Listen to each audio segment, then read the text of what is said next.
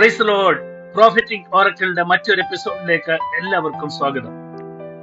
കഴിഞ്ഞ എപ്പിസോഡിൽ കരിമ്പാറയെ പിളർന്ന് ജീവജലം നൽകിയ ദൈവത്തിന്റെ വലിയ കരുതൽ നമ്മൾ കണ്ടു. എന്നാൽ ഇന്ന് ഇസ്രായേൽ ജനം നേരിട്ട ആദ്യത്തെ ഏറ്റവും വലിയ യുദ്ധത്തിൽ ദൈവത്തിന്റെ ദാസനായ മോശയിലൂടെ വെളിപ്പെട്ട വലിയൊരു പ്രവചനത്തെയും അതിന്റെ അത്ഭുതകരമായ വിജയത്തെയുമാണ് നമ്മൾ ചിന്തിക്കുന്നത്.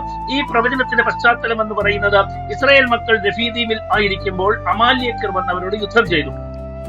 അന്നൊട്ടും യുദ്ധപരിചയമില്ലാത്ത ഒരു ജനതയാണ് ഇസ്രായേൽ ജനം. എന്നാൽ മോശ യോശുവയോട് പറഞ്ഞു, നീ ആളുകളെ തിരഞ്ഞെടുത്ത് പുറപ്പെട്ട് അമാല്യക്കിനോട് യുദ്ധം ചെയ്യുക. നാളെ ഞാൻ ദൈവത്തിന്റെ വടി കയ്യിൽ പിടിച്ചുകൊണ്ട് ആ കുന്നിൻ മുകളിൽ നിൽക്കും. ഇത് വെറും ഒരു യുദ്ധമായിരുന്നില്ല, മറിച്ച് ഇതൊരു പ്രോഫറ്റിക് ആക്ഷൻ ആയിരുന്നു. മോശെ കുന്നിന്റെ മുകളിൽ ദൈവത്തിന്റെ വടിയുമായി കൈകൾ ഉയർത്തുമ്പോൾ ഇസ്രായേൽ ജനം ജയിക്കുകയും കൈകൾ താഴ്ത്തുമ്പോൾ അമാല്യക്കർ ജയിക്കുകയും ചെയ്തു. മോശയുടെ കൈകൾ ഭാരമുള്ളതായപ്പോൾ അഹരോനും ഹൂനും ഇരുവശത്തു നിന്നും ആ കൈകളെ താങ്ങി നിർത്തുകയും സൂര്യൻ അസ്തമിക്കും വരെ അവന്റെ കൈകൾ ഉറച്ചു നിൽക്കുകയും ചെയ്തു. ദൈവം മോശയിലൂടെ അരുളി ചെയ്ത ആ പ്രവചനം നിവൃത്തിയായി.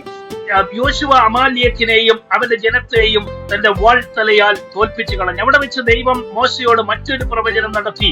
പുറപ്പാട് പുസ്തകം 17-ാം അധ്യായത്തിന്റെ 14-ാം വാക്യത്തിൽ ദൈവം പറഞ്ഞു, ഞാൻ അമാല്യക്കിന്റെ ഓർമ്മയെ ആകാശത്തിന്റെ കീഴിൽ നിന്ന് അശേഷം മായ്ച്ചു കളയും. ആ പ്രവചനം പിൽക്കാലത്ത് ചരിത്രത്തിൽ അക്ഷരം പ്രതി സംഭവിക്കാൻ ഇടയായി തീർന്നു.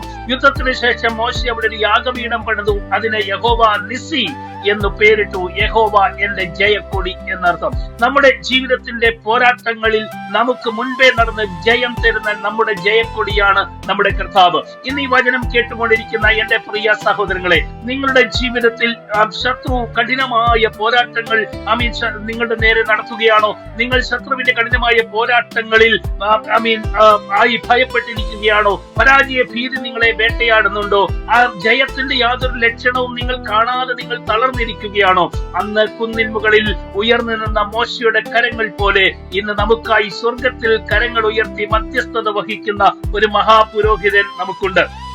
അത് കർത്താവായ യേശു ക്രിസ്തുവാണ്. പ്രിയമുള്ളവരെ, അമാല്യക്കിനെ തകർത്ത യഹോവ നിസിയായ ദൈവം നമ്മുടെ ശത്രുക്കളുടെ മേൽ നമുക്ക് പൂർണ്ണമായ ജയം തരും. നിങ്ങളുടെ തോൽവികളെ വലിയ വിജയങ്ങളാക്കി മാറ്റും. നിന്റെ ജീവിതത്തെ നോക്കി പ്രവചിച്ച ദൈവം നിങ്ങളുടെ ജീവിതത്തിൽ അത് നിവർത്തിക്കുക തന്നെ ചെയ്യും. ഈ ദൂതേറ്റെടുത്ത് നിങ്ങൾ പ്രാർത്ഥിക്കുക, ഈ ദൂതേറ്റെടുത്ത് മുന്നേറുക.